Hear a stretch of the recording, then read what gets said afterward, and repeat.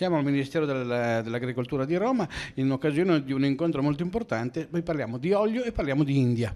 Ne parliamo con Sumit Saran, quindi questo signore che cosa rappresenta?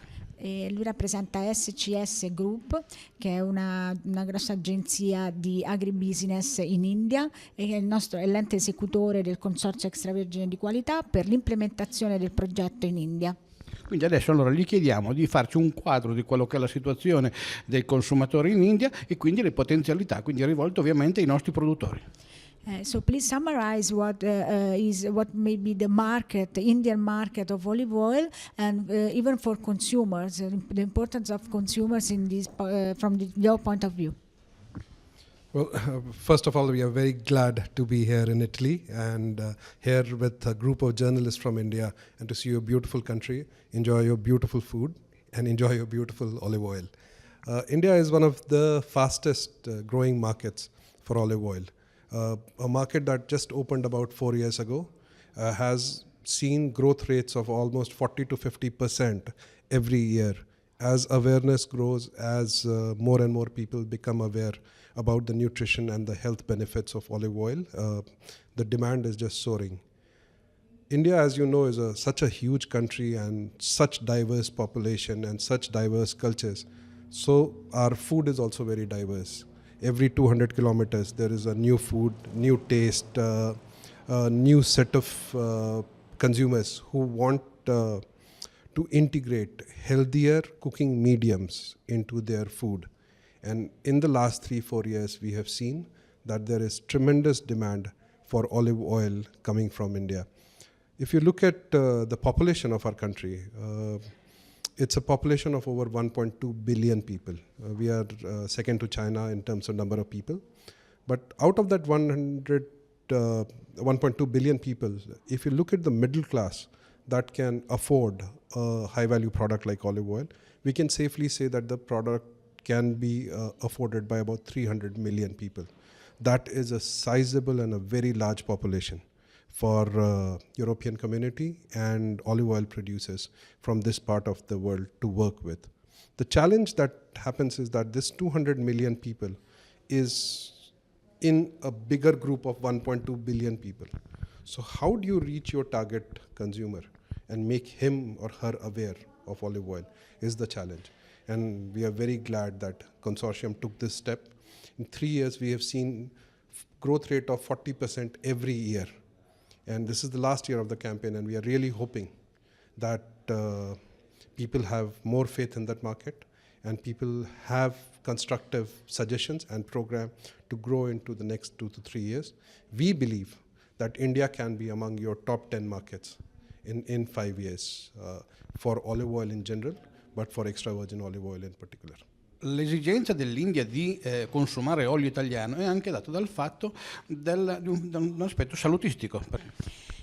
Indian needs of olive oil and Italian olive oil also is because Indian has now a lot of cardiovascular disease, so it's also an health fact.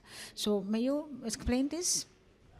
It is sad. It is sad that that such a large population has been so unaware of its health profile. It's only in the last 3-4 years people have realized that India is sitting on a time bomb as far as cardiovascular, as far as diabetes, and as far as cancer is concerned. And that time bomb is ticking and can have a horrendous impact any day. And it's only in the recent past that people have realized that they need to do something drastic. I mean, it's a country which is thousands of years old. It's a food that is thousands of years old. So there must be something good about our food that we've survived for 2000 years. Why is in the last 10, 15, 20 years this is happening? Because I think the way we cooked our food and what our lifestyles in the past was, and the way we eat today and the way we live today, there is a mismatch. There is something that has gone wrong. And most doctors, most chefs, most nutritionists say that what has gone wrong is the cooking medium. So while the basic Indian food remains healthy, the way it is cooked and it is being consumed is where the problem is. And that's why we have been promoting olive oil as an alternative medium that does not change the taste of our cuisine, but makes it healthier. And with this concept, we've seen that adoption is very fast. Like, for example, you people, you love your food. And you know, every region has its own taste. I was in Bari and we went to some of the restaurants and people loved the way they cook it. There's very pride. There's a lot of proud. And it's same in India. People are very proud of their food, very proud of what they have received from their generations. It's just that we need to tell them is that try and make it a little more healthier, because you are on a platform that can explode. And as we get more aware, we see that olive oil is going to play a major role in there. Which are other Italian products that Indian knows and loves? I would think if I put it on a scale, olive oil is the first product that people love. But we've seen a lot of things happening with pasta and another product and the product that every cricket match that India plays, every soccer match that India watch, it's pizza that we eat. So pizza, pasta, and olive oil. There is a growing awareness and demand for Italian wines. So, and I don't want to say Italian beauties, but there are people that love Italian beauty as well, and people come to fashion shows in Milan. So there's a lot of connection. Italian firms, Italian companies, in which way do they can approach Indian market? I think step at a time. India is not a market that you can come in overnight and succeed and go away. It's a market that takes time, takes effort.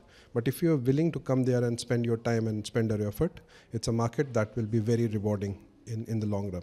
So, as I'm saying, and as I've said in many of my presentations, is that don't treat India as a market that will be of instant success, but have patience, have faith, and it's a market that will not let you down.